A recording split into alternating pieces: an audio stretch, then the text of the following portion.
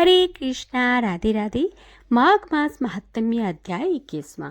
आगे जो हमने कथा सुनी थी उसमें गंधर्व कन्या और ऋषिपुत्र श्राप के कारण पिचास और पिचाशनी हो गए थे। तो आगे कथा हम सुनते हैं कि लोमस ऋषि किस प्रकार उन सभी को पिचास श्राप से मुक्ति दिलवाते हैं। लोमस ऋषि कहने लगे, पूर्व काल में अवंती देश में वीरसेन नाम का राजा था। उसने नर्मदा के किनारे राजसूय यज्ञ किया और अश्वमेध यज्ञ भी किए, जिनके खंभे सोने के बनवाए गए। ब्राह्मणों को अन्न का बहुत सा दान दिया गया और बहुत सी गौएं, सुंदर वस्त्र और सोने के आभूषणों से युक्त दान दी गई। वह देवताओं का भक्त और दान देने वाला था। भद्रक नाम का एक ब्राह्मण, जो अत्यंत मूर्ख, कुलहीन, कृषि कार्य करने वाला, दुराचारी तथा अधर्मी था, वह भाई बंधुओं से त्यागा हुआ इधर उधर घूमता हुआ देव यात्रियों के साथ प्रयाग में आया और माघ में उसने उसके साथ 3 दिन तक स्नान किया। वह 3 दिन में ही निष्पाप हो गया। फिर वह अपने घर चला गया।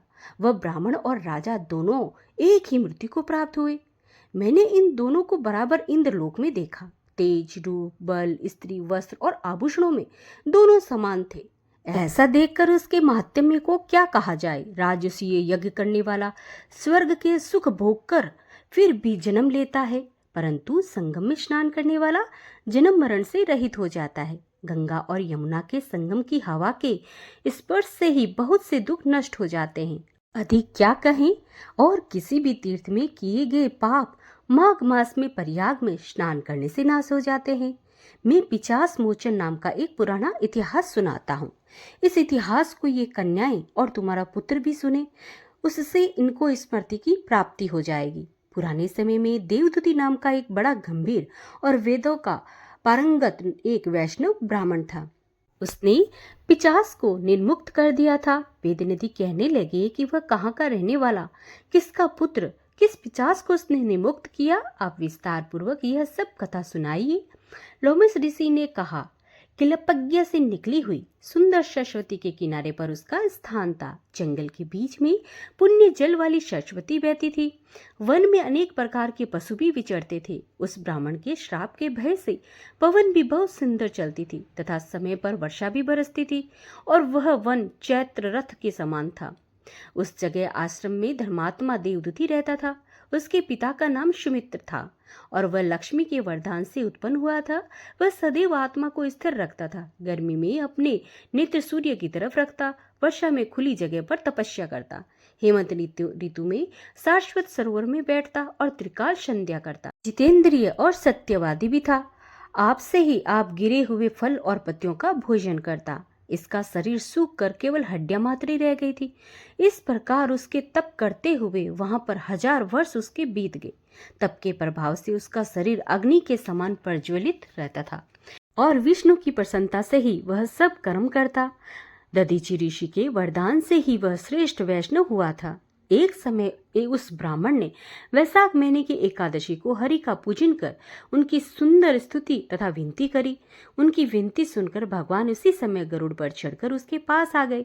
चतुर्भुज, विशाल नेत्र, मेघ जैसा स्वरूप भगवान को स्पष्ट देखकर प्रसन्नता के मारे उसकी आंखों में आंसू भर आए और कृतज्ञ होकर भगवान को प्रणाम किया। उसने अपने शरीर को भी याद न रखा और भगवान के ध्यान में लीन हो गया। तब भगवान ने कहा कि हे देवदूति, मैं जानता हूँ कि तुम मेरे परम भक्त हो। मैं तुमसे अति प्रसन्न हूँ। तुम वर मांगो। इस प्रकार भगवान के वचन सुनकर प्रेम के मारे लड़खड़ाती हुई वाणी से कहने लगा कि हे देवादिदेव, अपनी माया से शरीर धारण करने वाले आपका दर्शन देवताओं को भी दुर्लभ है। अब आपका दर्शन दुर्लभ भी हो गया।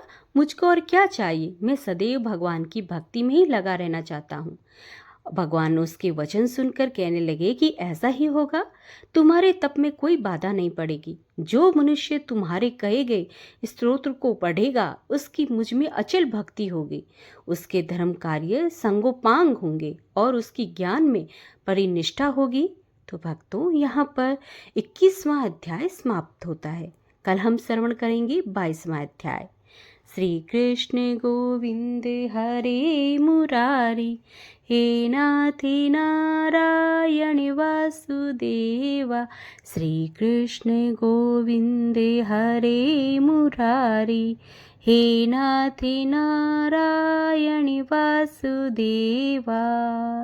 जय जय नारायणी नारायणी नारायण लक्ष्मी नारायणी नारायणी नारायण स्वामी नारायणी नारायणी नारायण।